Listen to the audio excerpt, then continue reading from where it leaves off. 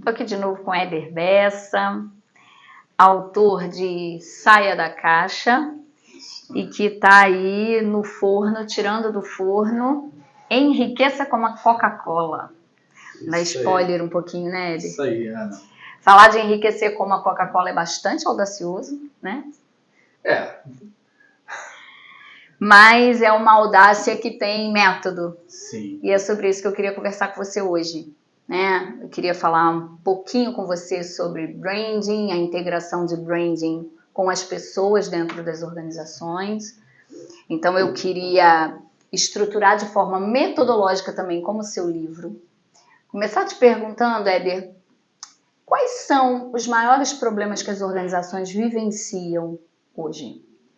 Falta de direcionamento e falta de pessoas comprometidas, que estejam engajadas. Aí já entra na questão dos 5 Cs, né? Que já é um papo para uma outra conversa. Mas que vai ter, com certeza. Isso. Já tem, na verdade, já um material já de liderança saindo do forno, que é liderança 7.0, né? Liderança conforme Cristo foi e é, né? Em relação à igreja. E que a gente não pode excluir, isentar o humano, né? E voltando à sua pergunta, a questão do grande problema que a gente entende com as corporações são pessoas. Em todas as suas esferas. Se a gente considerar como os stakeholders pessoas, né, seja mesmo sendo B2B, ali existe a pessoa que fecha o contrato, que vai avaliar o serviço prestado, o cliente. Então a gente sempre vai lidar com pessoas. E como então, de forma prática, a gente consegue ajudar? Qual é a solução? Treinamento é a solução? Né? De que forma treinamentos podem auxiliar as empresas a superarem essas fragilidades ou esses desafios? Os desafios são superados primeiro antes do treinamento, primeiro com alinhamento de visão, cultura organizacional, que aí é a sua especialidade. Né? Uma vez que há uma definição de propósito e de cultura, né, que vai se desdobrar para a cultura organizacional, aí sim a gente pode iniciar um trabalho de treinamento de pessoas. Porque não é que o treinamento vai ser há uma personalização do treinamento, não é isso, mas todo o ecossistema, todas as pessoas precisam estar totalmente voltado pelo modelo de gestão baseado no propósito, baseado na marca, baseado na cultura organizacional. A gente está falando de posicionamento, Éder? Também, porque a gente, como aquela minha teoria, na verdade não é minha teoria, né? Aquilo que eu falo sobre o espírito e a alma e o corpo da marca, o espírito é o principal, que é o que dá o norte, que é o propósito. Para que a marca existe? Para que aquela empresa, aquela corporação, aquela instituição existe? Uma vez definindo essa visão e esse propósito, aí há o posicionamento conforme essa missão, que eu chamo mais de propósito, que vai muito além de uma missão simples, né? Então vamos lá. Já que essa estrutura, que é uma estrutura de visão estratégica, desenvolvimento de visão estratégica, né? Esse alinhamento, tudo isso. Então, já que isso antecede, eu queria conversar com você sobre a tua praia. A gente sabe que você é um especialista, é uma referência em branding, em desenvolvimento de marca, com essa pegada, né, do espírito, da alma e do corpo. Tem toda uma metodologia também, que as pessoas vão conhecer com toda certeza lendo seus livros. Então eu queria parar no branding agora e te perguntar um pouquinho de que forma, né, o branding pode gerar resultados nessa perspectiva estratégica para as organizações.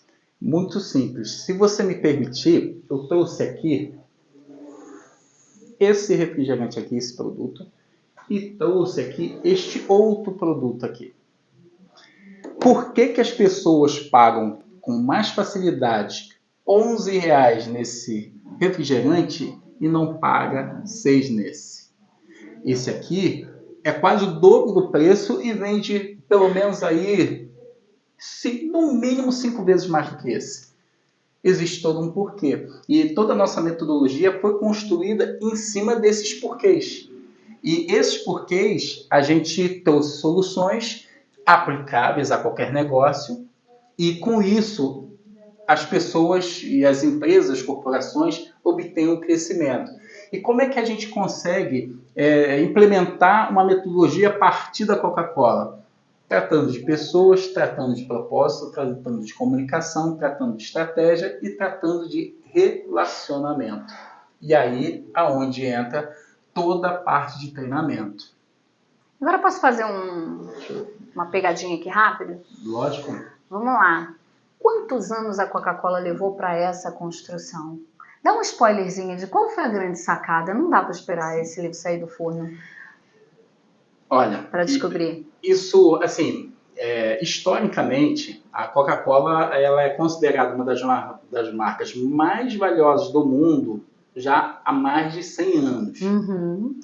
E lógico que pegou o período pós-guerra, a ascensão da economia americana, enfim. A própria mudança das perspectivas do marketing, né? Sim, exatamente. A partir da década de 40, principalmente, né, houve uma grande explosão mesmo da marca Coca-Cola. E aí, o que ela fez de diferente? Ela ampliou seus canais de venda, sua redistribuição e principalmente a sua comunicação. Uhum. Esses são os pilares principais. Hoje, né, principalmente no século XXI, o que mais se dá ênfase, não que já não havia antes, mas hoje o fator principal de crescimento e principalmente de sustentabilidade dos negócios é o relacionamento. Sem sombra de dúvida. Que é o auge principal, do marketing, né? Onde ele chegou. E eu te falo de uma maneira muito simples. Por que o relacionamento é o fator principal hoje? Não vamos nem falar de Coca-Cola. Vamos trazer para um universo comum. Salão, por exemplo. Tem aquele barbeiro, um cabeleireiro, que você já está acostumado. Se ele não, às vezes ele não tem o melhor produto, ele não tem o melhor serviço, mas você tem confiança, você se relaciona com ele, você ali de alguma forma você tem um relacionamento já de um certo tempo com esse profissional, dificilmente você vai trocar de profissional. Por mais que surjam outros mais baratos, por mais que tenham outros melhores, com um ticket mais alto, mas você ali já tem uma fidelização. E com isso você tem uma sustentabilidade do teu negócio. Obviamente que a força da marca ela vai trazer alguns atributos em termos de lucratividade. Uhum. Que quanto mais forte a marca maior é o seu poder de conversão, ou seja, de venda. É uma questão de reputação, né? Sim. Da marca. E mais do que reputação. Aí é onde entra a questão da alma da marca. O quanto essa marca ela consegue mexer, te envolver nas suas emoções. Por exemplo, a Coca-Cola. A Coca-Cola, quando eu penso em Coca-Cola, eu lembro dos almoços meus de família de domingo, né, que lá na época, os meus pais, sempre trabalhadores, mas muito humildes, a gente não podia tomar Coca-Cola todo dia, era só no almoço de domingo. E a gente sentava à mesa, a gente ria, comia com a Coca-Cola ali naquele momento. E é interessante, é uma relação emocional mesmo, porque meu filho fez aniversário, e aí eu fui comprar as coisinhas, comprar suco, refrigerante e tal, eu peguei vários refrigerantes como opção, porque crianças diferentes, né, com desejos diferentes, mas automaticamente eu pego a Coca-Cola. A gente pensa assim, não pode faltar a Coca-Cola. E por que não pode faltar? Conscientemente eu não sei te explicar, é uma relação emocional. Agora, inconscientemente, é aquilo que faz parte da vida dos seres humanos. Né? É uma lealdade mesmo à marca que a gente constrói. Né? Agora, óbvio que a gente não vai entrar em assuntos nutricionais. Sim, que esquece. Aí, né? E aqui, da mesma forma como eu trouxe os dois exemplos, não é que a outra marca, que eu não chamo de concorrente, é similar, seja uma marca, um produto ruim. Pelo contrário, mas a força da marca da Coca-Cola, indiscutivelmente, pelo menos para o brasileiro, para o americano é um pouquinho menos em relação à Pepsi. Mas no Brasil, disparadamente, é o refrigerante mais assim, aderido da população. O que chega depois, em segundo lugar, na verdade, é o Guaraná Antártica. Uhum. Agora vamos lá.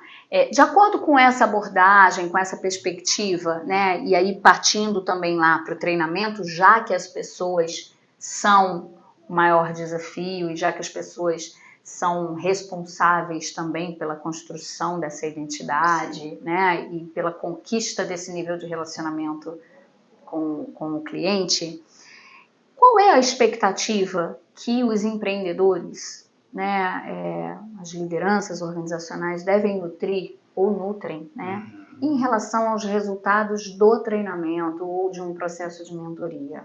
Sim. Tudo em conjunto. Não basta, né, a gente apenas treinar os colaboradores se a cultura não estiver congruente com esse treinamento. Mas é muito simples. Uma vez que você aumenta e eleva a qualidade do atendimento, eleva a qualidade da operação, seja comercial, seja administrativa, você eleva a qualidade da entrega deste produto, e tudo isso a gente está tratando com pessoas. É impossível, aí com uma gestão eficiente, é impossível você não obter maior número de vendas, em primeiro lugar. Em segundo lugar, você com esse relacionamento construído e com a marca nesse âmbito já fortalecida, você consegue aumentar teu ticket. Aumentando teu ticket com o mesmo aparato, né, em termos de instituição, você consegue, obviamente, ter maior lucratividade. Uhum. Então, nos números, lá no administrativo, no financeiro, no contábil, você já consegue já vislumbrar esses resultados de maneira muito eficiente e, ouso a dizer, num curto prazo. Uhum. Você pode compartilhar com a gente um caso prático de treinamento ou de mentoria que tenha trazido resultado para que a gente possa compartilhar na prática como isso funciona e o que você escolheu de resultado? Sim, por exemplo, a gente tem alguns, né, casos, mas tem por exemplo, de uma associação que a gente pegou, entrou nessa associação assim logo quando fundou, e já vinham já com uma mentalidade, já uma cultura de treinamento e de fomentação do comercial. Só que nesse interim, a gente começou a identificar uma dificuldade, porque esse é um grande erro que muitas empresas cometem, que é valorizar o comercial e esquecer da brigada de retaguarda. Então, na nossa metodologia, a gente alinha fortalecer o gerar, mas também estruturar o gerir, porque as duas coisas precisam caminhar junto. E o time operacional precisa estar tão engajado e tão feliz quanto o comercial que tem as premiações, etc. Então, a gente desenvolve também uma premiação e uma política dentro do setor administrativo. Com isso, as vendas aumentaram, porque o setor comercial melhor treinado, dominando o melhor produto, principalmente transmitindo esse calor humano, se relacionando com as pessoas. Já obtivemos aí um crescimento de, pelo menos aí na pandemia, de 330%, no período de pandemia. Em contrapartida, já virando o ano de 2021, onde a gente identificou esse problema, a gente começou com algumas políticas dentro da operação administrativa. E eles ficaram tão felizes que a gente, primeiro, reteve pessoas, melhoramos esse atendimento, e quando os clientes tinham uma demanda de um suporte ou até o pós-venda, essa turma aqui estava melhor preparada porque elas tinham comissão, elas recebiam conforme a avaliação 5 estrelas. Então, o processo de avaliação, tudo foi implementado para que isso viesse gerar melhor resultado. Com essas duas frentes, o gerir e o gerar alinhadas, houve aí um crescimento sustentável, não na mesma proporção, mas de maneira sustentável de pelo menos aí 100% ao ano. E a gente está falando de um programa de quanto tempo, Éder? Esse, como eu te falei, na pandemia, teve o lockdown, que terminou mais ou menos em junho ou julho, ou seja, um programa de 6 meses, a gente já conseguiu ter esse avanço. Óbvio que houve um esforço também de publicidade, de marketing ativo, que ajudou.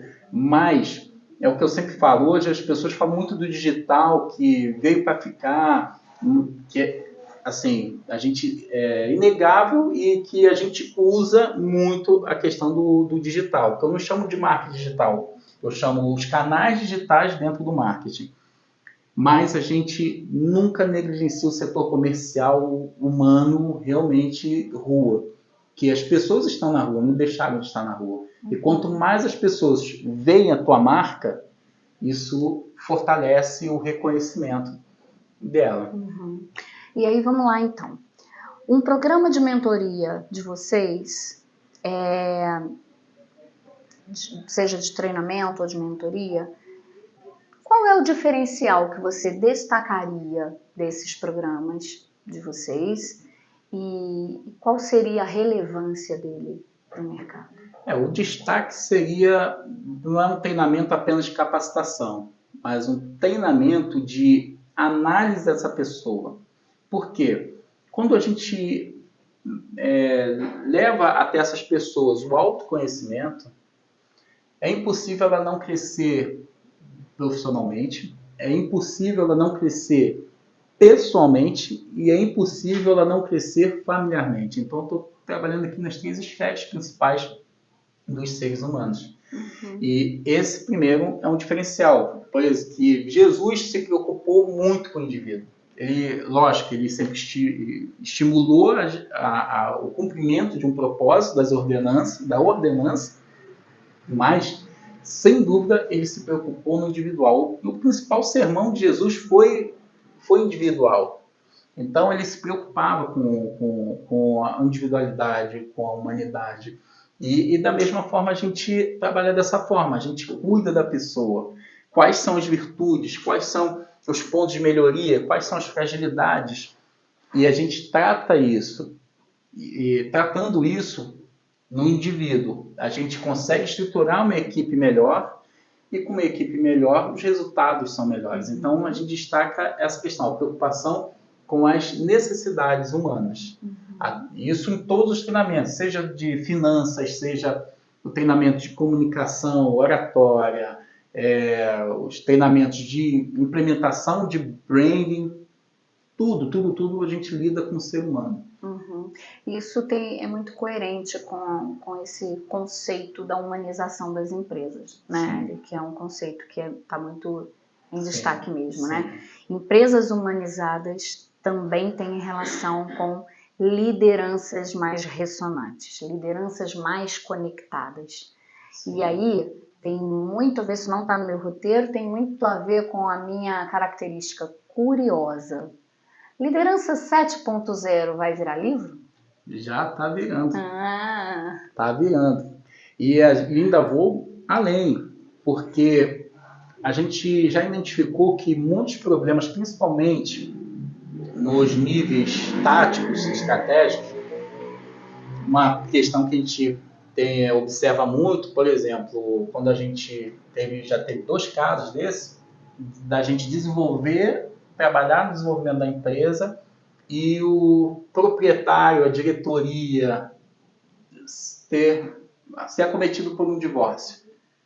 Porque a pessoa não teve a capacidade de absorver o resultado financeiro, né, do crescimento, e aí começar a botar o pé na jaca. Então, a gente entendeu que a família é muito importante. Então, a gente está também lançando treinamentos e livros tratando de casamentos, também livros e treinamentos tratando de família, e dentro desse programa de mentoria e dos treinamentos, propriamente dito, a gente sempre vai fazer essa abordagem para a família, para o indivíduo, para casamento e para a família. Aí sim a gente começa a ter um resultado muito melhor profissional. Mais uma curiosidade, você acredita que nesse sistema, porque eu acho que é muito mais sistema do que programa. Que nesse sistema, no ecossistema, como você gosta de falar, dentro das organizações, o processo ele gera melhor resultado quando ele acontece top-down ou ao contrário. Quer dizer, eu preciso preparar as lideranças para que ao trabalhar as equipes a gente já tenha uma liderança fortalecida e eles se sintam seguros.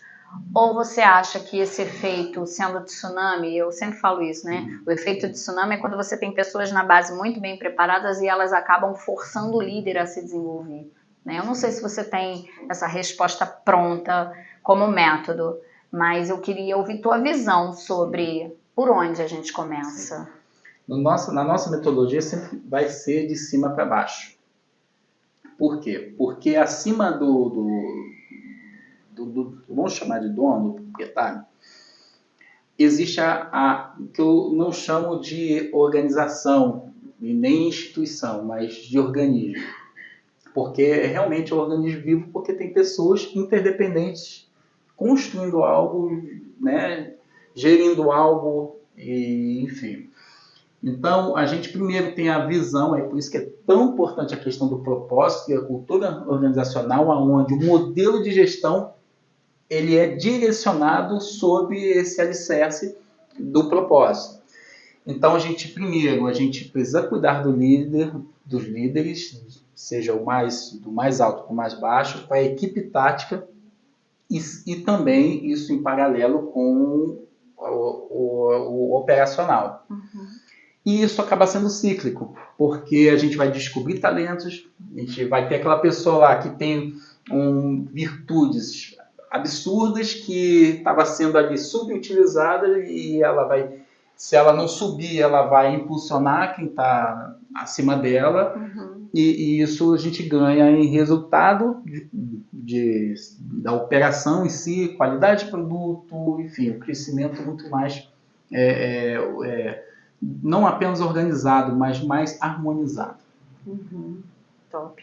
Minha curiosidade fica por aqui. É sempre muito bom conversar com você, Ederson. Sempre muito bom. Ana. Obrigada pela clareza com que você fala. E eu acho que a gente tem que buscar mais oportunidades para aprofundar alguns aspectos e pegar uns spoilerzinhos desses livros aí. Eu acho que vale a pena.